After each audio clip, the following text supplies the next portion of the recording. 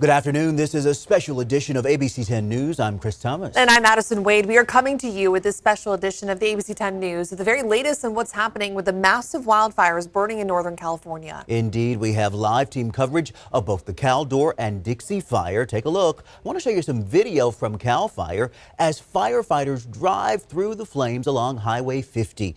The Caldor Fire has now burned more than 204,000 acres, and it is 20% contained. Now, this fire started 18 days ago, and it's currently burning in El Dorado and Amador County as it continues to move into the Lake Tahoe Basin. And so we start tonight at Echo Summit, which is the highest point on Highway 50. And ABC 10's John Bartel is there now live. John, what are the conditions you're seeing? Hey guys, we've actually been traveling all over the Echo Lakes community here days ago. This was just engulfed in flames around here. We've been driving on the Johnson Pass road area here. Now that these flames have passed, we've been able to get a better look at some of the damage here. So we're going to take you on a little virtual tour. Take a look. As the Caldor Fire has ripped through the communities here at Echo Lake, we unfortunately have come across an area that fire crews could not save. We are on Echo Summit Drive. This is right off of Johnson Pass here, where behind me you're going to see several different cabins burned. This essentially spans from Johnson Pass Road down Echo Summit Drive. Now driving on Echo Lakes Drive here. This is the Atwood tract. We're finding several of these cabins here still standing. And it's these guys, these ground crews here, they're the whole reason many of these cabins still standing today. We're expecting heavy fire progression today. Right. So we're putting the work early while we can before winds pick up.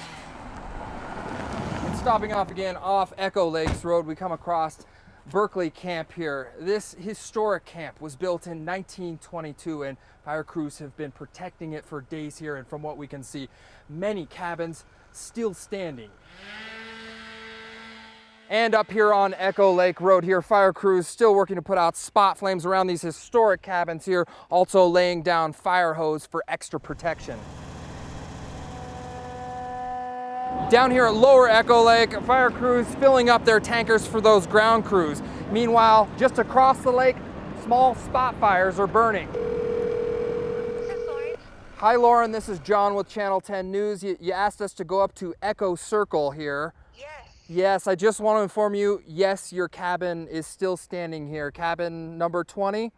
Yes. It's still standing here.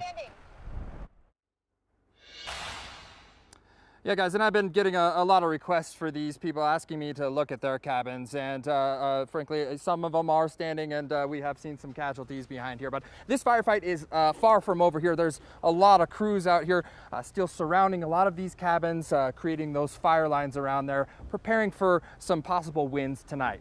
Madison? Oh, we sure hope those winds do not pick up, especially in an area that already saw devastation. And John, you just a couple days ago were out Echo Summit Lodge. Do you have an update on that lodge and the areas surrounding that? You know what? Actually, let's just take a look around here, Madison. This is Echo Summit Lodge here. Miraculously, that firefight that they were having here, those firefighters managed to save this historic lodge here. That's wonderful. That is a more than 7,000 feet elevation right now. John, thank you for that live report showing some devastation, but many cabins still standing. John, thanks. About 13 miles away north of Echo Summit, closer to South Lake Tahoe, the Caldor Fire is also continuing to threaten the Heavenly Ski Resort. And that is where we find ABC 10's Brandon Ritteman. He's joining us now live. Brandon, what are you seeing? Well, right now we've got kind of a good news, bad news update for you. We're going to take you to the good news in just a second, but the bad news is the wind is at my back, and right behind me is where the fire is. It's south of Heavenly, directly due south. And if we just push in on the windsock that you can see right there at the base camp, the Forest Service is getting set up here at Heavenly's California Lodge. You can see that is the direction of the wind. It's going to want to take the fire directly this way. I had the opportunity to get back into Christmas Valley today, which was definitely worthwhile. It's a little bit easier of a beat than what John was doing because it wasn't such a mixed story. Everything down in Christmas Valley somehow miraculously made it through that big push the fire made on Monday night. It leaped right over the valley and crews were able to get to all of the spot fires. But we went ahead and took a look at some of the homes that were most threatened. All good news here off of Santa Claus Drive, where there's easily a few dozen, if not 100 or so homes, all still standing in Christmas Valley, thanks to the heroic effort of firefighters. Just take a look at how close the black came to these properties back here.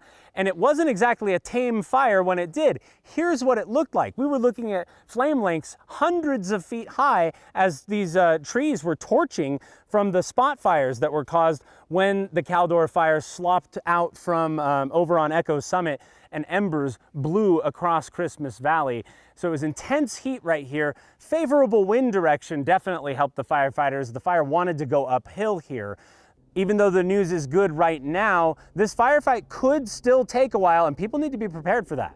There is still stumps burning, there's still other things out there burning, and they are still kicking out embers. So even though it doesn't look like a big firefight here, there's still plenty of work for the firefighters to make sure that those embers don't kick out and start the fire up again. Jason and his crew know what they're talking about. They came down here from Butte County where they work with Cal Fire. So these are people who were up against the 2018 Camp Fire. They also are familiar with the Dixie Fire burning in their backyard, and that's instructive. That fire has been burning for more than a month and a half, and even though it makes a big run and maybe a community looks safe one day, they've also had to re-evacuate people because the fire sloshes back in a different direction when the wind changes. And that's why even in the pockets of South Lake Tahoe where we have good news to tell you about, like here, we're not out of the woods yet, and we won't be for some time. Okay, so we're back here at Heavenly at the California Lodge where they're getting ready to set up a command post. They're going to do what's called splitting the fire. So you'll have a management team over in the Placerville area. There'll be one here in the Tahoe Basin. But here's the best part for the fire crews. That's a refrigerator full of food.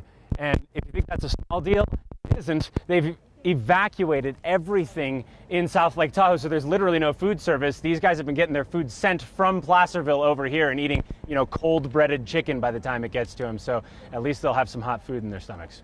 Oh, that is indeed good news.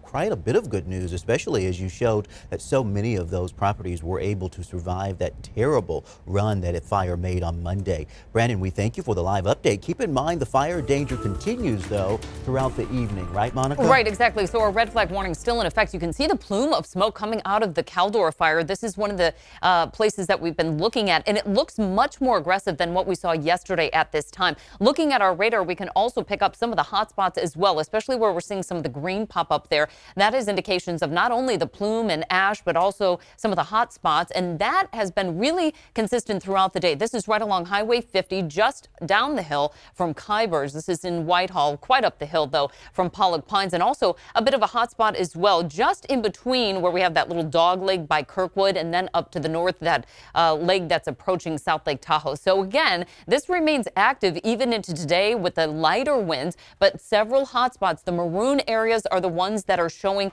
the biggest hot spots within the past 6 hours. And so we take a look at Highway 50 right here, and you can see it just on the southern fringe of this. Not much over towards South Lake Tahoe, but over towards Twin Bridges. We've been watching that right over here. That was that area that I was just showing you a moment ago on radar. And then down on that southern end, approaching Highway 88, a couple of hot spots as well. Winds aren't as much of a problem for today, but still from the same direction out of the south to southwest, pushing that up to the northeast here, especially as we approach the Tahoe Basin, looking at that humidity at about 10 to 20%. That's actually a little bit higher than where we were yesterday at this point. But nonetheless, our red flag warning still in effect until 11 o'clock tonight with gusty winds, low humidity, rapid fire spread, and we'll evaluate what happens through tonight and into tomorrow.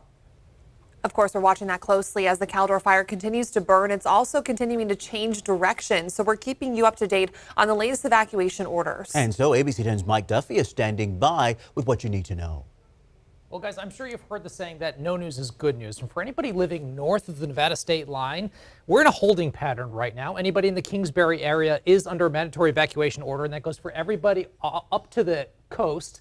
And then right here along the Forest Hill Road area, pretty much from Centerville to Muller Lane, anybody in that area is still under an evacuation warning because, as you can see, the fire is still heading that direction.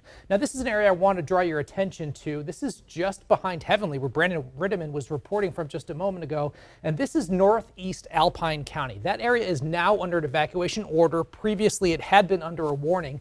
And this goes all the way down here to Fay Luther Canyon, and then if you head southwest, it's right to Pickett's Junction. So while this map does show that extending all the way to 88, it actually is a little less than that area. But anybody up to Highway 88 is under evacuation warning at this point. And I just want to draw your attention to this area right here. This, of course, being where the Tamarack fire is. And look how it's actually encroaching into the area that is currently under an evacuation warning for anybody from the Caldor fire. So we're paying close attention to a lot of things. But for right now, things have remained pretty calm. Madison, Chris. Mike Duffy, keeping track of those evacuation orders. We thank you, sir. And of course, if you have any questions about evacuations or anything related to the Caldor fire, you can text 916-321-3310 and we will send you what you need to know right to your phone. Now, the other thing that you can do is you can also scan that QR code right here at the bottom of your screen with your phone camera. That will take you to our website, and we have evacuation information, maps, and critical updates on the wildfires, Madison. Yeah, still ahead, 2021 has been a tough year with the pandemic, wildfires, other disasters. We have expert tips on how you can better manage stress and trauma.